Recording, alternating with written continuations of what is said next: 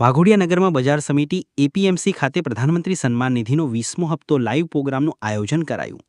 આજ રોજ નરેન્દ્રભાઈ મોદીના હસ્તે વર્ચ્યુઅલ 2000 રૂપિયાનો હપ્તો ખેડૂતોને એનાયત કરવામાં આવ્યો.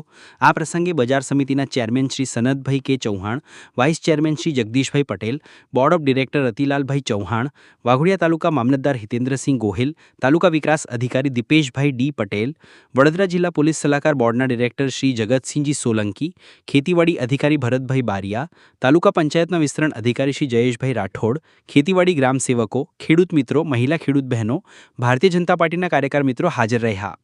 આશા ન્યૂઝ ગુજરાતી રિપોર્ટ ઉમર મંसूरी. विकास की राह में पिछड़े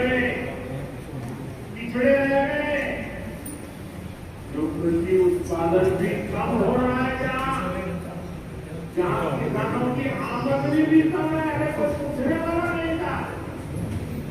उन जिलों पर प्रधानमंत्री धन धान्य कृषि योजना का फोकस होगा.